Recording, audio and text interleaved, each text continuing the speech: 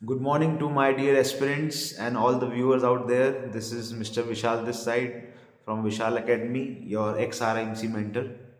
So today again, I have come up with a new question with a new concept. The question, as you can see on the whiteboard, it's written how many boxes are crossed by a diagonal in a rectangular table formed by 199 into 991 small squares. So let's start the concept beta. So as you must have already read the question, अब हम question में मैंने यहाँ पर कुछ आपके words लिखे हैं, डायगोनल, पॉलीगन, जो इस क्वेश्चन में कहीं ना कहीं यूज हो रहे हैं. तो बेसिकली हम पहले ये भी जानेंगे कि डायगोनल किसको कहते हैं, पॉलीगन किसको कहते हैं, स्मॉलेस्ट पॉलीगन क्या होता है, ग्रेटेस्ट पॉलीगन क्या होता है, सो दैट फिर हम इसके बाकी सारे कंसेप्ट को भी साथ में कवर अप करते हुए चलेंगे. अब देखो बेटा, डायगोनल क्या होता है. डायगोनल को कहीं ना कहीं बच्चों को पता तो होता है सर, डायगोनल एक टिल्टेड लाइन होती है जो ऐसे करके हम ड्रॉ करते हैं. बट अगर उसको डिफाइन करेंगे तो डायगोनल क्या होता है. Diagonal is a line segment joining the two opposite vertices in a polygon. Right, in a polygon means in a closed figure. अब जैसे मैंने एक एग्जांपल लिया स्क्वायर. ठीक है, स्क्वायर में ये जो दो हैं, ये दो ऑपोजिट वर्टिसेस हैं, इन दोनों को अगर हम ज्वाइन करेंगे तो सीधा स्ट्रेट लाइन अगर हम ड्रॉ करेंगे तो वो क्या होगी हमारी, that will be called as a diagonal. ये स्ट्रेट लाइन हमने ड्रॉ करी ऐसे करके, तो ये हमारा डायगोनल होगा. राइट, ये दो ऑपोजिट वर्टिसेस हैं, ये वाले जो वर्टिसेस हैं ये दोनों एडजेसेंट वर्टिसेस हैं, ये हो जाएगी साइड, ये होगा diagonal. Coming over to the term polygon. अब इसमें टर्म यूज हुई पॉलीगन. पॉलीगन क्या होता है. Polygon is a closed figure. Polygon is a closed figure formed of straight line. मतलब कि एक क्लोज्ड फिगर जो स्ट्रेट लाइन से फॉर्म होती है. तो स्मॉलेस्ट पॉलीगन की अगर हम बात करें तो दुनिया का सबसे छोटा पॉलीगन होता है triangle. Triangle is the smallest polygon in this world, जो it is formed of only 3 line. अगर आप बात करें greatest polygon in this world की, तो बेटा greatest polygon in this world क्या होगा. ग्रेटेस्ट पॉलीगन में तो सर कुछ भी हो सकता है, इनफाइनाइट नंबर ऑफ साइड्स हो सकती है ना उस पॉलीगन की. तो उस केस में अगर आप सपोज गूगल करते हैं, you will come across a term called megagon. Megagon is a polygon which consists of 1 million sides. 1 million sides. 1 million sides मतलब कि आपका 10 lakh. Right? Now the question arises कि सर अगर 1 million या 10 million side से एक polygon बन रहा है जिसका नाम मेगागन है, उसमें मैं 1 ऐड कर दूं तो ये उससे बड़ा बन जाएगा. Correct. But if you will look at the figure which is given related to megagon, it will look like a circle. अब आप सोचो 10 लाख साइड से एक पॉलीगन बनाओगे तो वो it will look like a circle. अब क्वेश्चन ये उठता है कि क्या sir circle is a greatest polygon? Is circle also a greatest polygon in this world? The answer will be no.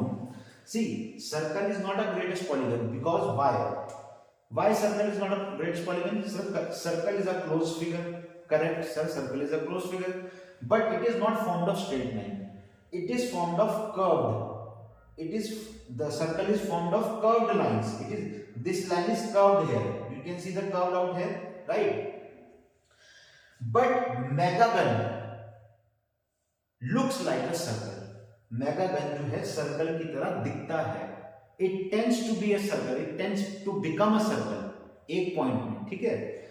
So when you will have a close look over it, तो ये straight line से form होगा. Hence it is called megagon. Okay. This was related to this only. Now coming back to your question. तो ये आपको थोड़े जो terms में यूज होते हैं वो डिफाइन करना जरूरी था. Okay बेटा, अब आगे क्वेश्चन की तरफ बढ़ते हैं. तो जैसा कि मैंने फर्स्ट अपने MOT क्वेश्चन नंबर 1 के सेक्शन में बताया था कि बेटा जब भी आपको ऐसा क्वेश्चन आए तो पहले आप एग्जाम्पल को छोटा कर लो ओलंपियाड के क्वेश्चंस को सॉल्व करने का तरीका ये होता है, जो भी उसमें वैल्यूज गिवन है उसको आप छोटे एग्जांपल से पहले सॉल्व करके देखो कि आपको क्या आंसर मिल रहा है, then you will be able to get a logical reasoning about this question. ठीक है, अगर मैंने क्या किया, मैंने इस क्वेश्चन में इसकी जो लेंथ और ब्रेथ है उसको चेंज कर दिया। 199 और 991 बहुत बड़ा नंबर था, तो मैंने इसको 3 और 4 ले लिया, और एक केस में मैंने उसको 4 और 6 ले लिया। आप 5 और 7 भी ले सकते हैं, 8 और 9 भी ले सकते हैं, या 2 और 3 भी ले सकते हैं। तो ऐसे हम बना के पहले चेक करेंगे कि हमारा आंसर क्या आ रहा है, क्या रीजनिंग डेवलप हो रही है, और इसी तरीके से हम इस क्वेश्चन को RIMS में भी प्रेजेंट करेंगे। First you will define the 2 examples, after defining this 2 examples आप बताएंगे similarly through this we can conclude that this will be our answer. आगे मैं आपको बताऊंगा वो कैसे लिखना है। ठीक है, तो जैसे आपने ये एग्जांपल लिया, इस एग्जांपल में आपने 3 सेंटीमीटर और 4 सेंटीमीटर का एक रेक्टेंगल बना लिया है, ब्रेथ, लेंथ और ब्रेथ का, और मैंने इसको 1 सेंटीमीटर में डिवाइड कर दिया है। ये हम प्रैक्टिकल एक कंस्ट्रक्शन करके देख रहे हैं, और जैसे ही हमने एक लाइन ड्रॉ करी डायगोनल, तो अगर आप देखोगे ये बीच में जितने भी स्क्वायर बन रहे हैं, तो ये एक स्क्वायर ये हो गया 1, ये हो गया 2, ये हो गया 3, ये हो गया 4, ये हो गया 5, ये हो गया 6।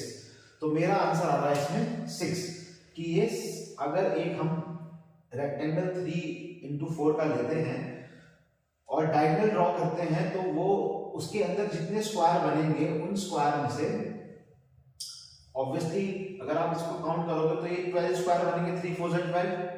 ठीक है, काउंट करोगे तो 12 स्क्वायर बन रहे हैं, तो 12 में से ये 6 स्क्वायर्स को कट करेगा। तो सर अब ये 6 आंसर आया कैसे? एक तरीका तो बेटा ये हो सकता है सर 3 × 4 = 12 डिवाइड बाय 2, सर 6 इस तरीके से आ सकता है। दूसरा आप तरीका समझोगे तो 3 + 4, हम रीजनिंग डेवलप करने की कोशिश करें कैसे कैसे सर आंसर आ सकता है। सर 3 + 4 = 7, और -1 कर देंगे तब भी आंसर सर 6 आ सकता है। करेक्ट। अब ये चीज यहां पर अप्लाई करके कोशिश करते हैं।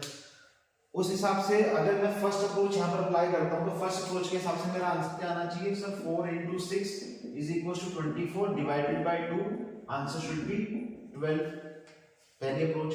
दूसरी अप्रोच क्या कहती है सर कि sir 4 + 6 - 1 should be equal to 9, ये होता है। करेक्ट, ऐसा होना चाहिए।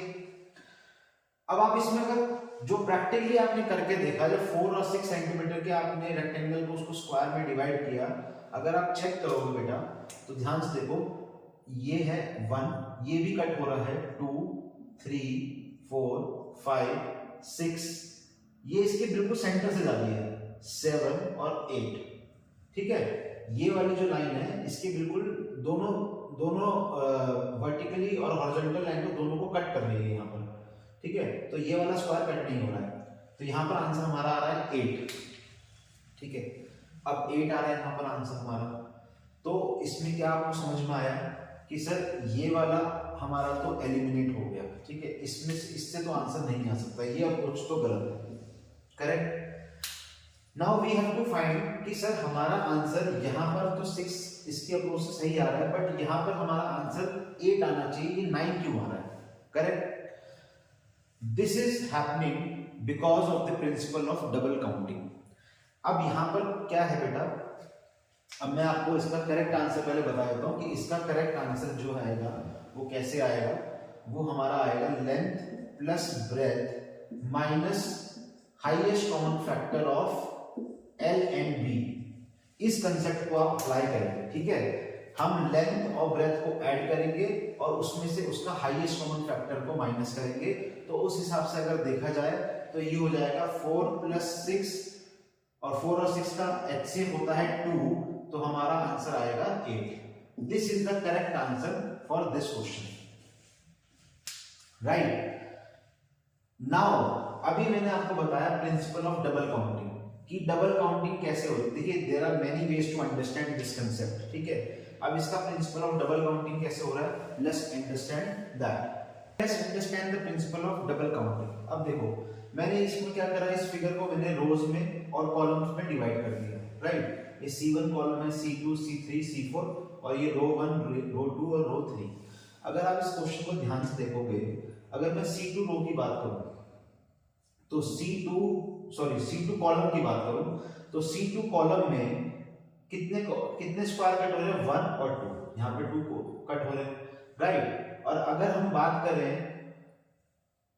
R3 की, रो 3 की बात करें तो यहां पर भी सर ये 1 और ये 2 स्क्वायर्स को कट हो रहा है, लेकिन ये वाला जो स्क्वायर है इसकी काउंटिंग डबल हो गई है, इसकी काउंटिंग सर C2 में भी हो रही है और R3 में भी हो रही है।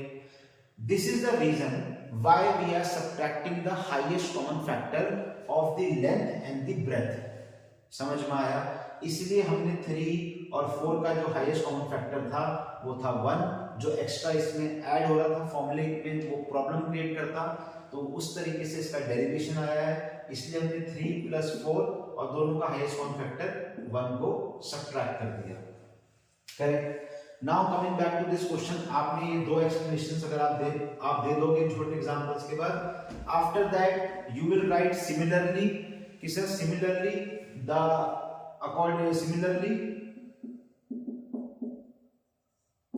as per the question, so our answer will be 199 plus 991 minus HCF of 199 and 991। Okay, अब इसको अगर हम सम करेंगे तो 9 + 8 0 हो जाएगा, 9 और 9 18 और 19 हो जाएगा, 1 11 हो जाएगा, -1 करेंगे और answer will come out to be 1189। अभी भी क्वेश्चन खत्म नहीं है, इस सॉल्यूशन का सॉल्यूशन तो आ गया बेटा कि इसका आंसर ये है, आपको फुल मार्क्स मिल जाएंगे, कोई प्रॉब्लम नहीं है। बट अभी एक कंसेप्ट और बाकी है। कंसेप्ट क्या बाकी है कि सर हमें कैसे पता चलेगा सर कि 199 और 991 का जो हाईएस्ट कॉमन फैक्टर है वो 1 होगा, 2 3 4 भी तो हो सकता है। तो इसके लिए आपको ये पता होना चाहिए कि सर 199 और 991 क्या को प्राइम नंबर है, क्या ये प्राइम नंबर्स हैं, कैसे हैं, किस टाइप के नंबर्स हैं, ये कैसे पता चलेगा? तो बेटा 199 और 991 प्राइम नंबर्स हैं, ठीक है। अब प्राइम नंबर्स तो हैं ये, लेकिन कैसे किसी नंबर को कैसे डिफाइन किया जाता है कि वो प्राइम नंबर है या नहीं है? एक छोटा सा एग्जांपल मैं आपको बताता हूं। फॉर एग्जांपल आपने एक नंबर लिया 23। अब आपको पहले से पता है कि sir 23 is a prime number, लेकिन इसको अगर हमें चेक करना है तो हम कैसे चेक करेंगे? इसके नियरेस्ट जो स्क्वायर होगा, इसके नियरेस्ट जो स्क्वायर नंबर है जो इससे जस्ट बड़ा है, उसको आप फाइंड करेंगे। तो 23 के नियरेस्ट जो बड़ा स्क्वायर है वो है 25, करेक्ट? That is 25। और 25 किसका स्क्वायर होता है सर? 5 का। तो 5 से छोटे जितने प्राइम नंबर्स हैं दैट इज 2 और 3, ये 2 और 3 से आप इसको डिवाइड करेंगे। अगर ये 2 और 3 इसको डिवाइड कर देते हैं, डिवाइड करने का मतलब आंसर डेसिमल में नहीं आना चाहिए, इंटीजर में आना चाहिए। अगर ये 2 और 3 इसको डिवाइड कर देते हैं तो क्या होगा? तो ये प्राइम नंबर नहीं होगा। अगर डिवाइड नहीं कर पा रहे तो it is a prime number. This is how you will check for 199 and 991। तो 199 में भी आप क्या चेक करोगे? तो 199 का सर क्या होगा नियरेस्ट? 14 का स्क्वायर 196 होता है, तो 15 हो जाएगा। 15 से पहले जितने भी प्राइम नंबर्स होंगे, राइट, जैसे कि आपका 2 3 5 7 11 13, ये सारे नंबर्स से आप इसको डिवाइड करने की कोशिश करोगे और ये डिवाइड नहीं होगा, hence it is a prime number. तो क्योंकि ये दोनों भी प्राइम नंबर थे इसलिए इन दोनों का हाईएस्ट कॉमन फैक्टर क्या होगा? 1 होगा। And after subtracting you get the answer. Understood? I hope बेटा you have like the concept. आप लोगों को पूरा कंसेप्ट समझ में आया होगा। हम लोगों ने किस तरीके से एक एक चीज पे बात की है डिटेल में कि सर डायगोनल क्या होता है, पॉलीगन क्या होता है, smallest polygon, largest biggest polygon. So this is how you need to study. So you start working on your elementary और बेसिक मैथमेटिक्स, और अगर आपकी उस पर बहुत अच्छी पकड़ होगी तभी आप इन कंसेप्ट्स को बहुत अच्छे से और इजीली समझ पाओगे, and then you will be able to do justice in your exam, right? So all the best for your preparation for your RIMC upcoming exam, right? And your Vishal sir will be bringing these kinds of video for you every day. I am trying to make one video at least for all my students, those who really want to crack RIMC, right? Thank you beta. Share and like and subscribe this video and share it with everyone so you can help others also. Thank you. Jai Hind.